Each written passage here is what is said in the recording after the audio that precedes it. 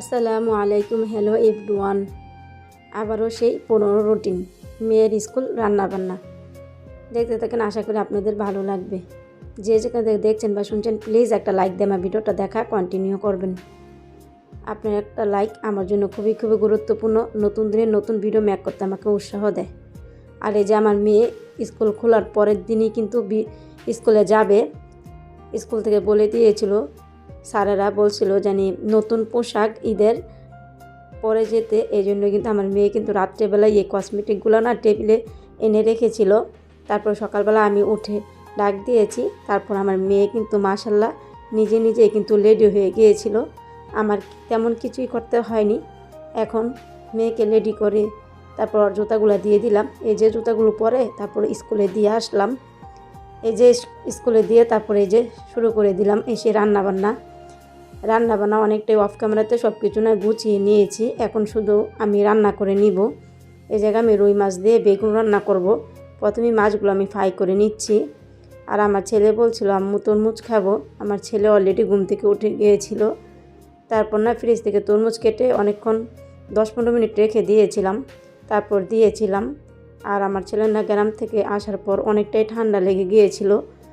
আর ঠান্ডা লাগবে না কেন, আমার ছেলেকে বলেছিলাম মোটরের পানি দিয়ে গোসল করো, কিন্তু করবে না। আমার মেয়ে পুকুরও যে গোসল করতো, আমার মেয়ের সাথে সাথে কিন্তু অয় গিয়ে বসে থাকতো। বসে থেকে কিন্তু অনেক পানি ঘাটাঘাটি করতো। এতেই কিন্তু অনেক পরিমাণে ওর ঠান্ডা লেগে গিয়েছে। এখন একটা নাকের ডফের মতন একটা নাকের স্প্রে আছে, এটা দেওয়া লাগছে। আর মোনাসফোর কয়েকদিন খাইয়েছিলাম, আলহামদুলিল্লাহ এখন অনেকটাই ভালো আছে। আর এই যে আপনাদের সাথে কথা বলতে বলতে আমি কিন্তু বেগুন আলুগুলা সামান্য লবণ হলুদ দিয়ে ভেজে নিয়েছি। নিয়ে তারপর মশলাটা কষিয়ে এখন বেগুন আলুগুলা দিয়ে দিব। দিয়ে আর একটা টমেটো দিয়েছিলাম, দিয়ে এগুলো সুন্দরভাবে কষিয়ে নিব। আর আমার কথায় কাজে অনেক জায়গায় না ভুল টুটি হতে পারে, প্লিজ আপনারা কমেন্টের মাধ্যমে কিন্তু আমাকে জানাতে পারেন। আর আমার মিষ্টি আপুরা না অনেক সুন্দর সুন্দর কমেন্ট করে। মাঝে মধ্যে না এই কমেন্টগুলো দেখলে মনে হয় তাদের থেকে আমি অনেকটা ভালোবাসা পাই। এই ভালোবাসার মায়ার কারণে কিন্তু ইউটিউবটা আমি ছাড়তে পারছি না। জানি না কবে এই মায়া ত্যাগ করতে পারবো। আর যদি না ত্যাগ করতে পারি ভিডিও ছাড়তেও পারি। এখন দেখা যাক, পরিস্থিতির উপরে সব নির্ভরশীল। আর এই যে আমি কষিয়ে বেগুনটা তারপরে কিন্তু মাছগুলো ফ্রাই করে রেখেছি, এই মাছগুলো আমি দিয়ে দিলাম।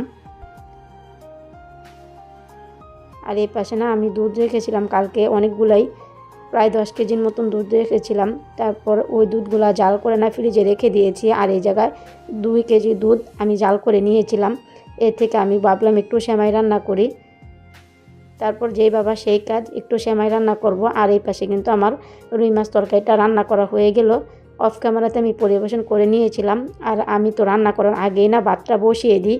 যখনই আমার মেয়ে রেডি হয়েছিল ওই সময় কিন্তু ভাত বসিয়ে দিয়েছিলাম। আর এরই মধ্যে কিন্তু ভাত রান্না হয়ে গিয়েছিল। এখন আমি ভাতটা সেকা দিয়ে নিব। আর এই যে আমি এই পাশে কিন্তু আমি সেমাই রান্না করে নিয়েছি। আর আমি এই লাল সেমাইটার ভিতরে অনেকটা পরিমাণে দুধ ব্যবহার করি। এতে কিন্তু লাল সেমাইটা খেতে খুবই মজা লাগে। আমার কাছে তো তাই মনে হয়। আপনারা কীভাবে কে রান্না করেন আমাকে জানাতে পারেন কমেন্ট করে। আমি কিন্তু লাল সেমাই রান্না করতে গেলে অনেকটা পরিমাণে দুধ ব্যবহার করে থাকি। যাই হোক, চলে আসলাম একদম বিকালবেলা। এটা সকালবেলা তো দেখেছিলেন শুধু বেগুন তরকারি রান্না করেছি, তেমন কিছু আর রান্না করিনি। এখন ভাবলাম একটু আলু ভর্তা বানিয়ে নিই। আলুগুলা সিদ্ধ করে না রেখেছিলাম। তারপর আমার মেয়ে কিন্তু আলুগুলা ছুলে তারপরে এইভাবে ম্যাশ করে রেখেছিল। মায়ের কাজ মেয়ে করে দিল। মাশাআল্লাহ, আমার মেয়ে কিন্তু অনেক কাজ করার চেষ্টা করে। আর মাঝে মধ্যে না আমিও করে থাকি মেয়েকে দিয়ে, জানি এটা করো ওটা করো। স্বাভাবিক, মেয়ে মানুষ একসময় না একসময় কিন্তু কাজ করতেই হবে। যতই লেখাপড়া করুক না কেন, হাঁড়ি পাতিল মাজতে হবে, রান্না করতে হবে, এটাই আমাদের মেয়েদের জীবন। তো মেয়েকে একটু একটু প্র্যাকটিস করায়, জানি মা এটা করো ওইটা করো। আর আমার মেয়ে কিন্তু মাঝে মধ্যে কাজ করতে নিজেই করে। এই যে আলুগুলো না ছুলে আমার মেয়ে কিন্তু আমি বলা লাগে নাই, আমার মেয়ে কিন্তু সুন্দর করে ম্যাশ করে এভাবে রেখে দিয়েছিল। আবার বলছিল আম্মু আমি ভর্তাটা বানিয়ে নিই। আমি কই না, তোমার হাত জ্বলবে। এই জন্যই কিন্তু আমার মেয়েকে আর দেওয়া হয়নি। তারপরে কিন্তু আমি ভর্তাটা বানিয়ে নিয়েছি। এই যে এখন একটু লবণ চেক করে দেখলাম লবণটা হয়েছিল নাকি। এই যে দেখলাম লবণ হয়েছিল। তারপরে কিন্তু এখন আমি সুন্দর করে এইভাবে গুল গুল করে রেখে দিব। আর যারা আমার চ্যানেলটি নতুন ভিজিট করেছেন, আমার কথায় বা কাজে আপনাদের যদি একটু হলেও ভালো লেগে থাকে আর আপনারা যদি এরকম লাইফস্টাইল ব্লগ ভিডিও দেখতে পছন্দ করে থাকেন, তাহলে আমার চ্যানেলটি সাবস্ক্রাইব করে পাশে থাকা বেল অপশনটি প্রেস করে রাখতে পারেন, যাতে করে আমি ভিডিও ছাড়া মাত্রই আপনারা নোটিফিকেশন পেয়ে যান আর আপনাদের মূল্যবান সময় করে আমার ভিডিওটি যে কোনো সময় দেখে নিতে পারবেন। যারা অলরেডি এই কাজগুলো করে দিয়েছেন তাদেরকে জানাই অসংখ্য ধন্যবাদ। এর পরের দিন সকালবেলা আমি চলে আসলাম, ওইটা ছিল এর আগের দিনের ভিডিও। তো এত ছোটো ভিডিও কীভাবে আপলোড দেবো, এই জন্য ভাবলাম আরেক দিনের ভিডিও করে একসাথে মিলে তারপর আপনাদের সাথে শেয়ার করি। এরপরের দিন আমি রান্না করব দেশি মুরগি। প্রথমেই কিন্তু মশলাটা কষিয়ে তারপর মুরগিগুলো দিয়ে দিয়েছিলাম। তারপর এখন আমি মুরগিগুলো না সুন্দরভাবে আমি কষিয়ে নিব। আর অলরেডি আমার ভাত রান্না কিন্তু হয়ে গিয়েছিল। আমি যখন মুরগিটা রান্না করি না তখনই আপনাদের সাথে একটু ভিডিও করা শুরু করে দিয়েছিলাম। আর এরই মধ্যে আমার দেশি মুরগি রান্না কমপ্লিট হয়ে গেল। বেশি শেয়ার করিনি, অল্প একটু রান্না শুধু শেয়ার করেছি। আর এখন আমি এপাশে রান্না করে নিব কচু শাক। আপনারা তো দেখেছিলেন রোজার আগে কিন্তু আমি অনেকগুলো কচু শাক না ফ্রোজেন করে রেখেছিলাম, অনেকটুকুই খাওয়া হয়েছিল। তারপর আরেক টিফিন বক্স ছিল। তারপর ভাবলাম আজকে একটু শুটকি দিয়ে এইভাবে আমি রান্না করে নিই। এই যে আমি পেঁয়াজ মরিচটা ভেজে তারপরে শুটকিগুলো না সুন্দরভাবে ধুয়ে নিয়েছি। ধুয়ে 3টা চাপা শুটকি, বাঁশপাতা এগুলো বলে, এগুলো দিয়ে তারপর আদা রসুন পেস্ট দিয়ে সুন্দর করে একটু ভেজে নিয়েছি। নিয়ে পানি দিয়ে দিয়েছিলাম। দিয়ে তারপরে এখন আমি যাবতীয় গুঁড়া মশলাগুলো একে একে দিয়ে দিব। এই যে প্রথমে আমি লবণ, মরিচের গুঁড়া, হলুদের গুঁড়া এগুলাই দিয়ে দিলাম। দিয়ে সুন্দরভাবে মশলাটা কষিয়ে নিব। এই যে মশলাটা কষানো হয়ে গেলে না অনেকটাই তেল বের হয়ে আসছে। এখনগুলো আমি কচুগুলা দিয়ে দিব। আর আমার না ভিডিওর ভয়েস দিতে অনেকটাই বিরক্ত লাগে, সবচেয়ে বেশি যা মনে হয় অনেকটাই কেটে কেটে ভয়েস দিতে হয়। অনেক সময় শুধু প্লেনের আওয়াজ আসতেই থাকে। প্লিজ আপনারা নয়েজটাকে ইগনোর করে আমার ভিডিওটা কন্টিনিউ করবেন। এই যে আমার কচু শাক রান্না কিন্তু হয়ে গেল। এখন আমি পরিবেশন করে নিলাম। নিয়ে এখন না আমার চুলাটা একটু ক্লিন করে নিব। এই যে লিকুইড দিয়ে দিলাম, দিয়ে সুন্দরভাবে পরিষ্কার করে নিব। জানি না কোন মিষ্টি আপুরা এখন আমার ভিডিওটা দেখতেছেন, কিন্তু দেখতে দেখতে যদি এটুকু চলে আসছেন কিন্তু লাইক দিতে ভুলে গেছেন। প্লিজ মিষ্টি আপুরা আবারও মনে করিয়ে দিচ্ছি, আপনারা একটা লাইক দিয়ে যাবেন আমার ভিডিওতে।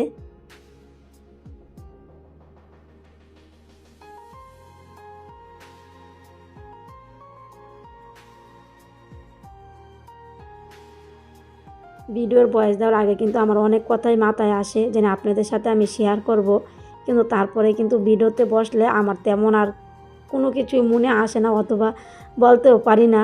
এটা কেন জানি হয় আমি বুঝতে পারি না।